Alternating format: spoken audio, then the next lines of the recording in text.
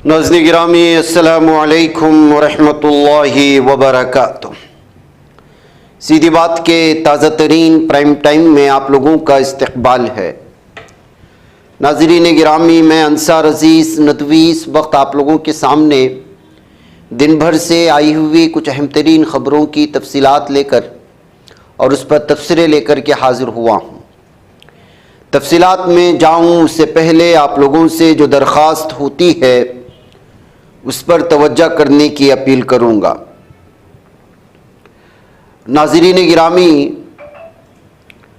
इस वक्त सबसे पहले भारत में डॉक्टर नुसरत परवीन के हिजाब को बिहार के चीफ मिनिस्टर नीतीश कुमार की जानिब से नोचे जाने खींचे जाने के बाद से अभी तक इस पर लगातार तबसरे हैं, मजम्मती बयानात जारी हैं। अब धीरे धीरे तंजीमें भी सामने आ रही हैं। ऐसे में एहतिजाजात का सिलसिला भी शुरू हो चुका है। इस वक्त गुजरात के अहमदाबाद से कुछ तस्वीरें हमारे पास आई हुई हैं। MIM के कारकुनान ने बड़े पैमाने पर बिहार के चीफ मिनिस्टर नीतीश कुमार के ख़िलाफ़ प्रोटेस्ट किया है, एहतिजाज दर्ज किया है। उनकी तस्वीरों पर जो है अलग अलग तरह के तबसरे करते हुए हिजाब के ख़िलाफ़ या हिजाब नोच करके जिस तरह सारी दुनिया की मुस्लिम ख़वातीन की तौहीन की है उस पर माफ़ी मांगने और फिर जो है इनके ख़िलाफ़ कार्रवाई करने का ज़ोरदार मुतालबा बढ़ता चला जा रहा है। जाहिर सी बात है नाज़रीन गिरामी, इस तरह के मुतालबात होनी चाहिए। इसे एक मामूली सी मसला बोल करके छोड़ देंगे तो कल रास्ते पे गुज़रने वाले सड़क छाप गुंडे, इस्लाम दुश्मन ताकतें और हिंदुत्व तंजीमों के वो गुंडे जो भगवा लव ट्रैप में मुसलमान लड़कियों को फंसाने के चक्कर में भी रहते हैं, बहकाने के चक्कर में रहते हैं, उनको एक मौका मिल जाएगा।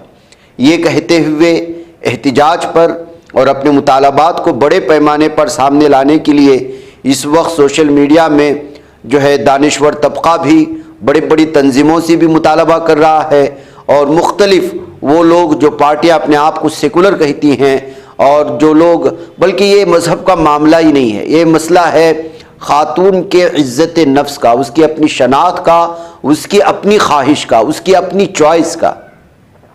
जाहिर सी बात है कि एक ख़ातून अगर वो बग़ैर बुर्क़ा के रहने का चॉइस है तो इसी तरह एक ख़ातून को अपने पूरी तरह से अपने जिस्म को ढांकने की भी चॉइस है।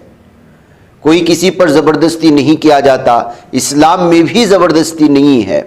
ख़ातून अपनी मर्ज़ी से पर्दा इख्तियार करती है। हाँ, जो मुसलमान हैं वो अपनी बच्चियों को बचपन से ही पर्दे का और हया की बाकायदा तरबियत की जाती है, जिसके नतीजे में जो है ये सारा कुछ होता है। ऐसे हालात में इस तरह की चीज़ें सामने आने के बाद जाहिर सी बात है कि सिर्फ मुस्लिम ख़ातून की तौहीन नहीं थी, ये हिंदुस्तान के सकाफ़ती शनाख्त की तौहीन थी। क्योंकि घूंघट लेना, अपने चेहरे को छुपाना और अपने सर पर पल्लव लेना ये भारतीय सकाफ़त की पहचान है, यहाँ की शनाख्त है। और उसका दूसरा दर्जा एक पल आगे बढ़कर के मुसलमान ख़वातीन जो है अपने चेहरे पर निकाब लेती हैं। वरना घूंघट आज भी कई राजस्थान के ऐसे बस्तियों में बग़ैर घूंघट लेने वाले ख़ातून को समाज व माशरे में दूसरी ही निगाह से देखा जाता है। तो ऐसी सूरत हाल में जाहिर सी बात है कि आप निकाब को नोच रहे हैं, मतलब यह है कि आप घूंघट को नोच रहे हैं। आप घूंघट को नोच रहे हैं, मतलब यह है कि आप जो है उसके पल्लों को नोच रहे हैं। या इन तमाम चीज़ों को नोचने का मतलब यह है कि आप एक ख़ातून के इज़्ज़त नफ्स के साथ खिलवाड़ कर रहे हैं, उसकी तौहीन कर रहे हैं और ये जो है किसी भी सूरत में भारत में बर्दाश्त नहीं करना चाहिए। वो चाहे मुसलमान हो, हिंदू हो, सिख हो, ईसाई हो, बौद्ध हो या फिर जैन हो। जाहिर सी बात है कि हर मज़हब के ख़वातीन की अपनी इज़्ज़त नफ्स होती है, उसकी अपनी शनाख्त और पहचान होती है। ऐसे में एक बड़े ओहदे पर फाइज 10 मरतबा CM बनने वाले की जानिब से इस तरह की जो है जुनूनी वाली हरकत और दरिंदगी वाली हरकत किए जाने के बाद ये जो है इस वक्त गुस्सा बढ़ता ही चला जा रहा है। नाज़रीन गिरामी, इकरा हसन चौधरी को बेस्ट न्यू एमपी का अवार्ड मिला है और उनको मुबारकबादियाँ दी जा रही हैं इस सूरत हाल में। चूँकि इकरा हसन जो है पूरी तरह से वो जो है सर पर ओढ़नी ली हुई होती हैं, ये उनकी अपनी एक पहचान बनी हुई है। ऐसे में नए एमपी के इस तरह के जो है अवार्ड मिलने के बाद जो है उनकी इस तस्वीर के साथ भी इस वक्त अलग अलग तरह के तबसरे किए जा रहे हैं। नाज़रीन गिरामी, इस वक्त जिस तरह मैं बारहा इस बात का तबसरा करता रहता हूँ कि बाज़ ख़बरें जो मुसलमानों के ख़िलाफ़ इस वक्त मुनज़्ज़म तौर पर हिंदुत्व तंजीमें जो कर रही हैं वो इंस्टाग्राम में वायरल होती हैं, वहाँ झगड़े शुरू हो जाते हैं। लेकिन इसको असल मुद्दा बना कर के ना मीडिया पेश कर रहा है, ना हुकूमत इस जानिब तवज्जो करने की है कि पूरी तरह से मुसलमानों के हुकूक़ को छीना जा रहा है। कुछ वीडियोस आई है, मैं वो आपके सामने रखना चाहता हूँ। गौ रक्षा दल के कुछ खातून और कुछ लोग अलीगढ़ उत्तर प्रदेश के एक इलाके में चले गए और वहाँ जा कर के मोती मस्जिद के इमाम साहब से अजान रोकने पर, अजान ना देने को मजबूर कर रहे हैं। अब आप अंदाज़ा लगाइएगा कि किस तरह से ये सूरत हाल बन सकती। हुकूमत ने यूपी में लाउड स्पीकर के लिए कुछ कवानीन बनाए हैं, मसाजिद उन कवानीन को पूरी तरह से जारी किए हुए हैं और आवाज़ को उसी के मुताबिक पस्त रख करके अजान दी जा रही है। और इस तरह ऊंची आवाज़ रखते हैं तो पुलिस इंतज़ामिया भी आती है, बल्दिया के लोग आते हैं, फिर मुताल्लिका मस्जिद अगर उस आवाज़ से बड़ी पेश की जाती है तो उसको जो है वहाँ पर जुर्माना लगाया जाता है। ऐसे में इन ठगों को, ये गौरक्षक नामी गुंडों को किसने ये अथॉरिटी दी कि वो मस्जिद के पास जाएं और मस्जिद के इमाम को बुलाएं, उनसे जो है रोकें, उनसे कहे कि जो है आपकी वजह से झगड़े हो जाएंगे फलां फलां। इन हिंदुत्व गुंडों को आखिर किसने परमिशन दी कि वो वहाँ जाकर के पूछे? अगर इस तरह खिलाफ वर्जी कवानीन की हो रही है तो यूपी हुकूमत पूछेगी, उसके कारिंदे पूछेंगे। ये कहते हुए इस वीडियो को शेयर करके इन हिंदुत्व गुंडों की गुंडागर्दी को रोकने की जो है इस वक्त अपील की गई है। एक इसी तरह की एक वीडियो आई जिसमें खातून एक इलाके में चली जाती है और जाकर के वहाँ जो दूध की डायरी चल रही है, उस दूध की डायरी पर काम करने वाले मुसलमान, जबकि दुकान है हिंदू की और हिंदू कह रहा है कि मैं इस पर काम पे रखा हूँ, लेकिन वहाँ स्कैनर है तो उसमें जो है साकिब नामी कुछ आ रहा है। और न सिर्फ ये कि जो है यहाँ पे दुकान क्यों करके गुंडागर्दी कर रही है वो हिंदुत्या ज़हनीत की खातून, लोगों से अपील कर रही है कि मुसलमानों को काम पे न रखें। इन हिंदुत्व ठगों को आखिर इजाज़त किसने दी है कि वो जगह जगह जाए इस तरह के एतराज़ात करें? क्या भारत एक सेकुलर मुल्क नहीं है? क्या भारत इन हिंदुत्व गुंडों पर, इस तरह के लोगों के कवानीन पर चलेगा? आखिर इनको रोक क्यों नहीं जा रहा है? मालिक के मकान को एतराज़ नहीं, दुकान के मालिक को एतराज़ नहीं मुसलमान को जो है काम पे रखने पे, ये वहाँ जा रही है, एतराज़ कर रही है और गुंडागर्दी करते हुए कह रही है कि आप इसको निकाल दो, मुसलमान को क्यों रखे हो? सूरत हाल बिगाड़ने की कोशिश जब इन लोगों के खिलाफ सख्त कार्रवाई नहीं होगी, इनकी गुंडागर्दी जो इस वक्त बढ़ती चली जा रही है, इनकी हैवानियत जो बढ़ती चली जा रही है और जो यहाँ के सेकुलरिज्म को पूरी तरह से धक्का लग रहा है और एक इंसान के अपने वो पूरे मुल्क में कहीं भी जाकर के कहीं भी काम पे रख सकता है। हिंदुओं को भड़काया कैसा जाता है? जो सेकुलर माइंड है, जो आज़ाद माइंड है, जो इस तरह की दुश्मनी नहीं चाहती है, हिंदुत्व तंजीमें वो काम ज़मीनी सतह पर कर रही हैं। ये वीडियो सुनने के बाद आपका खून खोलेगा, आप खुद सुन लीजिएगा इसको। साकिब कहाँ से आया? कहाँ पे रहता है? वो तो नीचे का। अरे मेरे भाई, मैं जगह पूछ रही हूँ, ये नीचे का ऊपर का नीचे का मत बोल। कहाँ रहता है? चंद्रमणि में रहती है। कहाँ पे? ये भी रूम ले रखा है। फिर यहीं पे चंद्रमणि में कहाँ पे रहता है? चंद्रमणि में मैं भी रहती हूँ, पूरी चंद्रमणि जानती हूँ मैं। यहाँ पे रहता हूँ, यहाँ पे रहता हूँ, नीचे रहता हूँ, ऊपर रहता हूँ। कहाँ रहता है? सीधा बताओ, आधार कार्ड किसके घर में है किराए पे? ये देखो, इसने डेयरी कौन सी खोली है? उत्तरांचल डेयरी। इसको नाम चेंज करो फटाफट, ठीक है? स्कैनर किसका? स्कैनर जरा सर्च मार, किसके नाम का चल रहा है? स्कैनर सर्च मार। किसने दे रखी दुकान? दुकान किसने दे रखी? भैया क्यों दे रखी है अपनी दुकान? मेरे पे काम कर रहा है लड़का। काम नहीं कर रहा? अरे भैया क्यों झूठ बोलते हो? आप करते रहो। सुनो तो 4 दिन से इससे दूध ले जा रहे हैं, तब तो साकिब आ रहा है इसका। तो मैं अपना लगा लूंगा इसमें स्कैनर। बताओ ये नंबर देखो। नहीं तो मुसलमान क्यों रखा हुआ किराए पे? आप ला दो हिंदू है? आप ला दो। खाली कराओ दुकान, तुरंत खाली होनी चाहिए भाई। मालिक मैं हूँ, खाली नहीं होती। मैं काम करवा रहा हूँ, खाली नहीं होगी। मैं हाँ। मालिक हूँ डेयरी का। हाँ डेयरी का, तो इसे निकालो फिर। हाँ तो ये निकालो। कौन करेगा? मुल्ला सुनो तो, मुल्ले के नाम से स्कैनर चलेगा तो मालिक आप कैसे हो मैं गए? अपने नाम से लगा लूंगा स्कैनर। हैं? ये दरअसल उत्तरांचल डेयरी के नाम से चलाई जा रही थी। देहरादून चंद्रमुनि एरिया में ये मामला पेश आया है जो उत्तराखंड में मौजूद है। ये जब वीडियो आती है नाज़रीन गिरामी तो आप अंदाज़ा लगा सकते हैं कि किस तरह की सूरत हाल बनाए जाते हैं और क्या कुछ होता है। अब देखिए, एक मामला होता है ज़ाती तौर पर कोई आदमी किसी से दोस्ती करता है, वो मुमकिन है हिंदू मुसलमान से दोस्ती हो गई, मुसलमान की हिंदू से दोस्ती हो गई और इन दोस्ती में खटास आई, कुछ दुश्मनी आई, तो पूरे के पूरे जो है समाज को बदनाम करने की कोशिशें होती है। एक पुलिस के सामने कुछ लोग बैठे हुए हैं। ये जो है माधोपुरम इलाके की वीडियो है जो मेरठ से आई हुई है और जो पुलिस को धमका रहा है वो बीजेपी का लीडर है।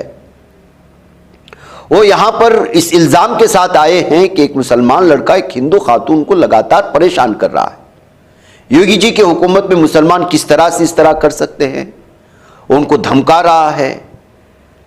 जबकि जो है मुमकिन है पुलिस इतने में यूपी में मुसलमान का नाम खाती में आए और फिर मामला दर्ज ना करे, मुमकिन नहीं। जाहिर सी बात है कोई और वजह हो सकती है, खाती उसमें कोई और हो सकता है। कानूनी काराजोई का अगर आप मुतालबा कर रहे हैं कानून के एतबार से जरूरी है, लेकिन पूरे के पूरे मुस्लिम समाज को बदनाम करके पूरे मेरठ में हालत खराब करने की कोशिश कर रहा है ये बीजेपी का लीडर। आप इसको सुने जो है इस वीडियो को, फिर आप अंदाजा लगाएं कि ये लोग किस तरह से दबाव बनाते हैं। अगर मुसलमानों की गलती ना भी हो तो एहतिजाजी सूरत हाल बना करके, दबाव बना करके उनके खिलाफ पुलिस को जबरन कोई ना कोई कार्रवाई करने पर मजबूर करते हैं। ये कहते हुए सोशल मीडिया पर इस वीडियो को शेयर करते हुए लोगों ने बताया कि जमीनी सतह पर मुसलमानों को सेकुलर हिंदुओं के खिलाफ करने, पुलिस इंतजामिया को खिलाफ करने के लिए ये तीनों की तीनों वीडियो आप एक के बाद एक देखते चले जाएं। जो पहले मैंने दिखाया, फिर उसके बाद उस खातून का दिखाया, उसके बाद ये सूरत हाल किस तरह से एक दायरा बना करके ये बात हमें समझने पे मजबूर करती है कि वो बीजेपी लीडरान हो, वो सरकारी सतह के लोगों को जो है दबाव बनाना हो, या फिर जो है ज़मीनी सतह पर खुद जाकर के गुंडागर्दी कर करके जो है अमन के नाम पर मुसलमानों को परेशान और मस्जिद के इमामों को परेशान करना हो, या फिर जो बेरोजगार हैं कहीं किसी जो है रियासत में जाकर के अपनी रोजी रोटी को तलाश कर रहे हैं तो उनको निकालने के लिए मजबूर करना खवातीन का इस्तेमाल करते हुए। तीनों वीडियो को देखने के बाद आप अंदाजा लगा सकते हैं कि जमीनी सतह पर मुसलमानों के खिलाफ किस तरह की साजिशें बुनी जा रही हैं और हम अब भी ख्वाब गफलत में जो है पड़े हुए हैं। बहरकैफ नाज़रीन गिरामी, एक और वीडियो आई है और वो वीडियो इस वक्त ये भी यूपी से है, गाजियाबाद की।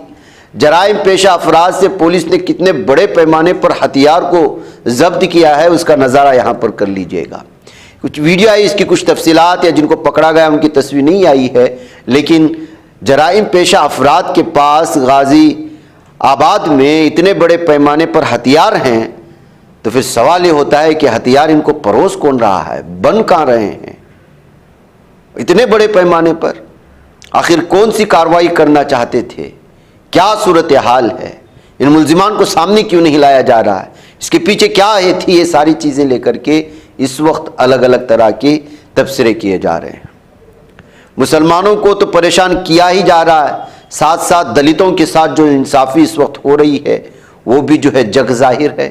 अब देखिए, एक नौजवान आयुष यादव बलिया में कत्ल कर दिया जाता है रोबिन सिंह के, और उसके खातियों के नाम है रोबिन सिंह, पवन सिंह, रोहित सिंह और राज सिंह, लेकिन अभी तक उन लोगों को गिरफ्तार नहीं किया गया। उनके खिलाफ कोई जो है सख्त कानूनी कार्रवाई नहीं की जा रही है। तो इसको देखते हुए जाहिर सी बात है, दलित था, दलित तबके से ताल्लुक़ रखता है, आयुष यादव 25 साल की उम्र, बलिया से ताल्लुक रखने वाला, और ये सिंह जो भी नाम लगते हैं वो ठाकुर होते हैं। ऐसे में लोगों ने करते हुए कहा कि इसी जगह पर कोई और होता तो जो है किस तरह से फौरी तौर पर जो है पुलिस उसके घर गिरा देती, उसके खिलाफ कानूनी कार्रवाई करके पूरे के माशरे और समाज को बदनाम कर रहे होते मीडिया। यहाँ एक नौजवान की जान चली जाती है और उसके खिलाफ कोई कार्रवाई नहीं होती, ये कहते हुए भी जो है इस तरह की जो है एहतिजाजात के साथ ये वीडियो इस वक्त शेयर की गई है। नाज़रीन गिरामी, जब कभी आप बैंक में पैसा जमा करने के लिए जाएं तो थोड़ा सा होशियार जाएं, इसलिए कि जो कैशियर बैठे होते हैं वो आपके कैश पैसे को भी चुरा सकते हैं और मशीन में पैसे डाल करके आपको बता सकते हैं कि कुछ नोट कम हैं। ऐसी एक वीडियो सामने आई है, जिस वीडियो के सामने आने के बाद अलग अलग तरह से तबसरे शुरू हो चुके हैं। इसमें एक बंडल को जो मशीन में डालने से पहले उससे कुछ नोट निकालकर कैशियर जो है वो छुपाता हुआ नज़र आ रहा है। फिर उसके बाद जो है वो वहाँ कहता हुआ नज़र आ रहा है कि इसमें कुछ नोट कम हैं, लेकिन सीसीटीवी कैमरे में देखने के बाद जो है कैशियर की हकीकत सामने आ जाती है। फिर उसके बाद उसको जो है हटाए जाने का मुतालबा बढ़ता चला जाता है। ये मामला दरअसल ज़िला कोऑपरेटिव बैंक ऑफ महोबा ज़िले का है और कैशियर का नाम मोहित खारे बताया गया है। कस्टमर ने वहाँ पर जो है कैश पैसा बैंक में जमा करने के लिए लाया था, तो उस वक्त ये सारा मामला सीसीटीवी कैमरे में कैद में होने के बाद इस वक्त ये वायरल हो रहा है। नाज़रीन गिरामी, मॉब लिंचिंग के गुंडों को, दरिंदों को अगर खुद हुकूमत बचाती है तो आप क्या कहेंगे? अखलाक का जो कत्ल हुआ, उस लिंचिंग के ज़रिए से जो मारा गया, वो किस तरह से था और किस कदर भयानक वो वारिदात थी और उस पर किस कदर बहस हुए, ये सारी चीज़ें सामने हैं। लेकिन रियासती हुकूमत की जानिब से इस मुकदमे को वापस लेने की दरख्वास्त पर गवर्नर आनंदीबेन पटेल की मंजूरी के बाद सिविल सोसाइटी, इंसानी हकूक़ कारकुनान, कानूनी माहिरीन ने शदीद तशवीश का इजहार किया है।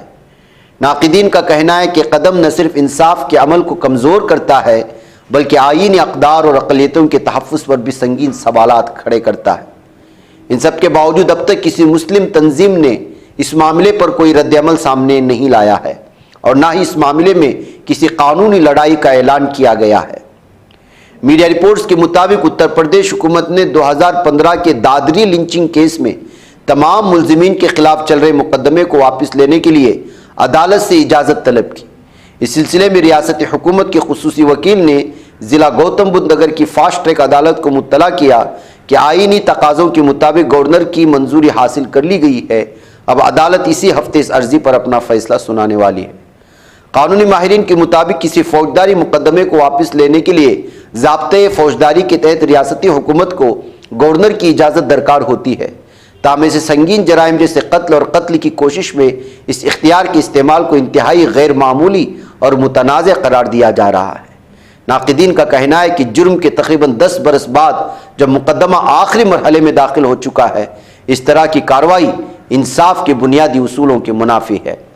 वाज़ेह है कि 28 सितंबर 2015 को ज़िला दादरी के बसाहड़ा गांव में एक मुश्तइल हुजूम, दरिंदों के हुजूम ने, हैवानों के हुजूम ने 52 साला मोहम्मद अखलाक को उनके घर से घसीट कर बेदर्दी से कत्ल कर दिया था।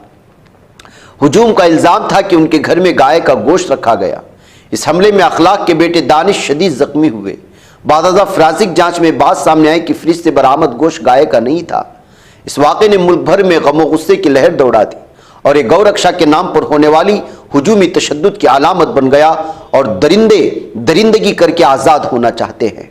हैवान अपने हैवानियत की पूरी इंतहा पार करके आज़ाद होना चाहते हैं और इन आज़ाद होने वाले मतवालों के लिए, चाहने वालों के लिए हुकूमत सपोर्ट कर रही है। यहाँ तक कि गवर्नर तक जाती है और गवर्नर भी इस सिलसिले में उनको इजाज़त दे देते हैं। तो आप अंदाज़ा लगा सकते हैं कि वो जराइम करने वाले हैवान और जराइम करने वाले दरिंदों को छूट कौन दे रहा है। और इसका पैगाम पूरे मुल्क में ही नहीं, जब इंटरनेशनल सतह की जो है अखबारात में, खबरों में ये खबर जब छपेगी तो यहाँ की और भारत की किस तरह की शबीह जाएगी। उधर गुजरात हाई कोर्ट का मुस्लिम वक्फ इदारों को कोर्ट फीस में छूट देने से इनकार सामने आया है। 150 दरखास्तों को खारिज कर दिया गया है। नाज़रीन गिरामी, गुजरात हाई कोर्ट ने बुध के रोज मुस्लिम वक्फ इदारों से मुतल्लिक एक अहम फैसला सुनाते हुए तकरीबन 150 दरखास्तों को खारिज कर दिया। इन दरखास्तों में वक्फ ट्रस्टों ने कोर्ट में फीस की अदायगी से छूट का मुतालबा किया था। हाईकोर्ट के इस फैसले से रियासत में वक्फ अमलाक से मुतालिक मामलात के लिहाज से काफ़ी अहम माना जा रहा है। हाईकोर्ट ने अपने फैसले में साफ कहा कि कानून की नज़र में कोई भी फरीक अमल से बालातर नहीं हो सकता, इसलिए जो कवायद हिंदू मजहबी ट्रस्टों पर लागू होते हैं अब वक्फ पर भी यकसा तौर पर लागू होंगे। अब तक मौजूदा वक्फ को कोर्ट फीस में छूट मिलती थी, ताहम अब उसे ख़त्म कर दिया गया है। नाज़रीन गिरामी, सर्दी का सितम ऐसा है कि गरीब ममालिक इसकी बहुत ज़्यादा लपेट में आ रहे हैं। अफ़गानिस्तान से आने वाली ख़बरें आपको बहुत ही ज़्यादा तशवीश में और हैरत में मुब्तला करेंगी और परेशान करेंगी कि अफ़गानिस्तान में लाखों लोगों को भूख के बहरान का सामना है। WFP की एक रिपोर्ट में ये इंकिशाफ किया गया है। वर्ल्ड फूड प्रोग्राम जिसको कहा जाता है, जिसका शॉर्ट फॉर्म WFP है, उसके मुताबिक रवां साल सर्दियों में हालात आम सालों के मुकाबले में बहुत ज़्यादा खौफनाक होने वाले हैं। अफ़गानिस्तान में सर्दी लंबी और बेरहम होती है। दिसंबर और जनवरी का माह अफ़गानिस्तान में पहले से ही बच्चों की मौत के लिहाज से सबसे ख़तरनाक माना जाता है। कई इलाकों में सर्दी 6 माह तक रहती है। ऐसे में भूख, सर्दी और बीमारी का ये ख़तरनाक इम्तिजाज लाखों लोगों की जान के लिए ख़तरा बन चुका है। ये जो है रिपोर्ट सामने आई है। अफ़गानिस्तान मौजूदा वक्त दहाइयों के सबसे बड़े ग़िज़ाई बहरान से गुजर रहा है। शदीद खुश्क साली ने किसानों की फसलें बर्बाद कर दी हैं। बारिश पर मुनहसर गेहूं की खेती तकरीबन ख़त्म हो चुकी है। फल और सब्जियों की पैदावार भी भारी नुकसान में है। अनार, अंजीर, शहतूत, खरबूजे और तरबूज जैसे फसलें पानी की कमी और सरहदों के बंद होने की वजह से बाज़ारों तक नहीं पहुंच रही हैं। नतीजा ये है कि किसानों की आमदनी में रिकॉर्ड कमी आई है। कई इलाकों में किसान गुज़िश्ता साल के मुकाबले 80 से 90% तक अपनी आमदनी खो चुके हैं। इससे देही मईशत मुकम्मल तौर से तबाह हो चुकी है। ताज़ा तरीन आदाद शुमार के मुताबिक अफ़गानिस्तान में 1.7 करोड़ से ज़्यादा लोगों को शदीद खुराक के बहरान का सामना करना पड़ रहा है। यानी मुल्क की तकरीबन 1/3 आबादी को रोज़ाना का खाना हासिल करना मुश्किल हो रहा है। इनमें ख़वातीन और बच्चे सबसे ज़्यादा मुतासिर हैं। आने वाले महीनों में तकरीबन 49 लाख ख़वातीन और बच्चों को नुक्स तग़ज़िया, ग़िज़ाई क़िल्लत की वजह से होने वाली बीमारी के इलाज की ज़रूरत पड़ेगी। सूरत हाल की संगीनी का अंदाज़ा इसी बात से लगाया जा सकता है कि बैनुल-अक़वामी मदद में भारी तख़फ़ीफ़ के सबब ऐसा पहली बार है जब सर्दियों में कोई बड़ी आलमी खुराक मुहिम अफ़गानिस्तान में नहीं चल पा रही है। ऐसे में मुस्लिम ममालिक और मुसलमान जो हैं उनको इस जानिब तवज्जो करने की ज़रूरत है। अपने अपने इलाक़ों की हुकूमतों के साथ इजाज़त लेकर के वहाँ पर कोई तरतीब बनाकर इन तमाम गरीबों के सिलसिले में सोचना भी तमाम आलम के मुसलमानों की ज़िम्मेदारी है। ये कहना सही हो सकता है। नाज़रीन, मुझे इजाज़त है। अस्सलामु अलैकुम व रहमतुल्लाहि व बरकातहू।